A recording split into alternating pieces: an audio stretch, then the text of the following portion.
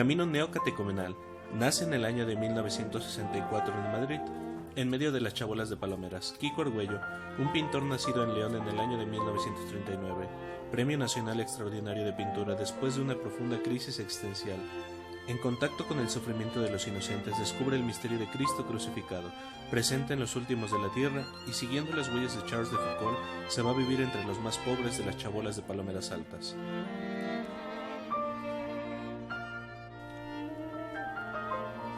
El ambiente de las chabolas de Palomeras estaba constituido por gitanos, quinquis, ambulantes, emigrantes, vagabundos, etc., en gran parte analfabetos. En este ambiente germinó la semilla del camino neocatecumenal.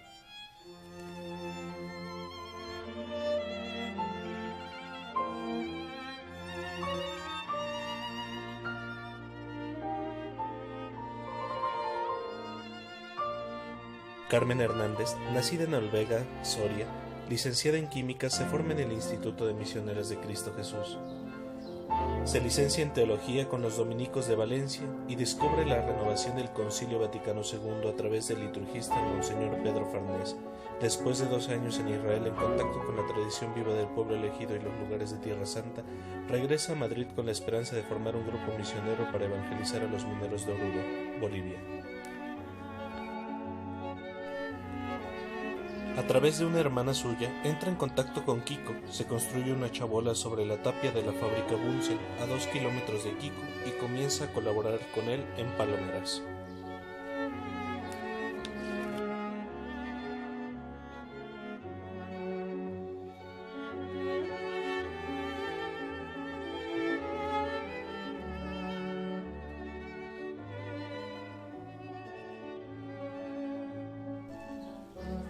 El Papa Juan Pablo II, con Monseñor Dino Torreggiani, fundador del Instituto de los Siervos de la Iglesia, que conoció a Kiko y Carmen en Ávila, fue el instrumento providencial del que se sirvió el Señor para llevar a Kiko y Carmen a Roma.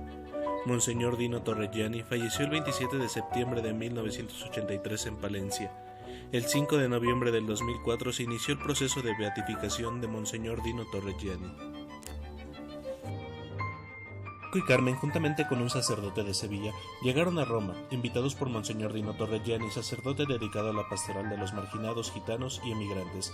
El padre Dino había visto en la experiencia de Kiko y Carmen una respuesta a la necesidad de evangelización de los más alejados. Después de haber hablado con algunos párrocos y haber sido rechazados, Kiko se fue a vivir, como ya lo había hecho en Madrid, a una chabola en medio de los más pobres del Borghetto latino en Roma, esperando que Dios le manifestase su voluntad. El encuentro con un grupo de jóvenes que animaban una de las misas de la parroquia de los mártires canadienses y que visitaron a Kiko en su chabola permitió iniciar las catequesis en aquella parroquia, donde el 2 de noviembre de 1968 nació la primera comunidad neocatecumenal de Italia.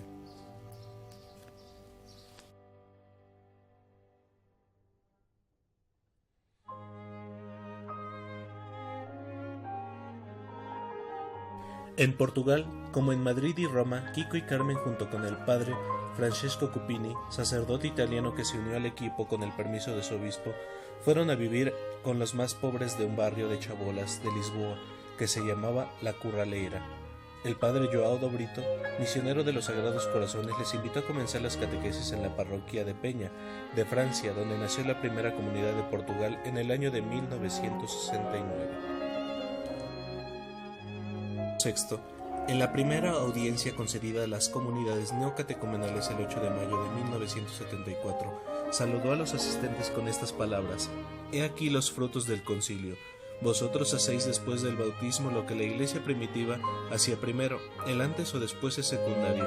El hecho es que vosotros miráis a la autenticidad de la plenitud de la coherencia, a la sinceridad de la vida cristiana, y esto tiene un mérito grandísimo que nos consuela enormemente».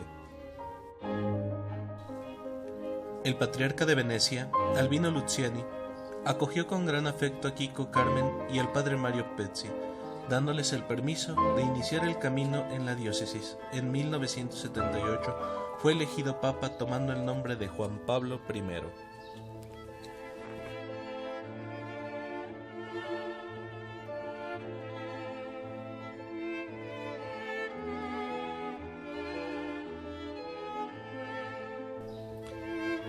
Si entiendo bien, vuestro camino consiste esencialmente en esto: descubrir el misterio del bautismo, descubrir su pleno contenido y así descubrir qué quiere decir ser cristiano. El Papa Juan Pablo II visita la parroquia de los mártires canadienses.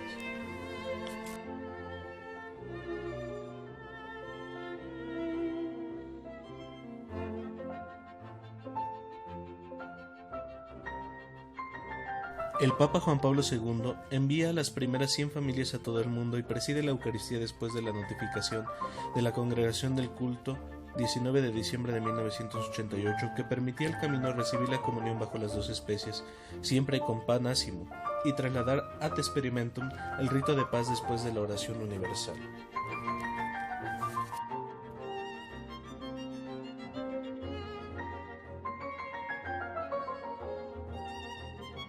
Benedicto XVI, que había conocido el camino cuando era docente de Tubinga, a través de algunos estudiantes, quedando impresionado favorablemente, ayudó a introducir esta experiencia en Alemania y ha guiado este proceso que ha llevado recientemente a la aprobación definitiva de los estatutos del camino neocatecumenal, reconociendo al camino como una modalidad diocesana de la iniciación cristiana y de la educación permanente en la fe.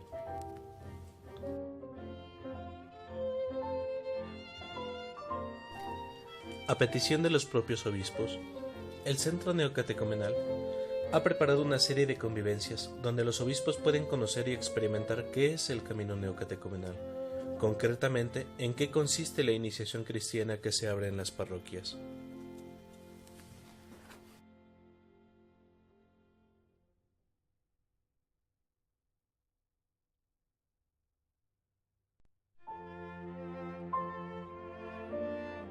Cerramos con las palabras del Santo Padre en la Basílica Vaticana con el motivo del 40 aniversario.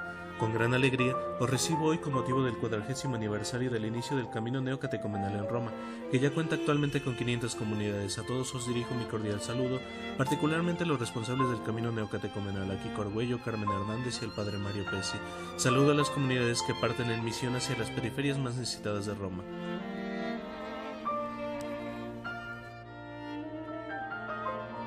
Vuestra acción apostólica, que ya es tan benemérita, será aún más eficaz en la medida en que os esforcéis por cultivar constantemente ese anhelo por la unidad que Jesús comunicó a los 12 en la última cena, antes de la pasión. De hecho, nuestro Redentor rezó incesantemente para que sus discípulos fueran una sola cosa, para que el mundo sea impulsado a creer en él. Esta unidad, donde el Espíritu Santo, e incesante búsqueda de los creyentes, hace de cada comunidad una articulación viva y bien integrada del cuerpo místico de Cristo.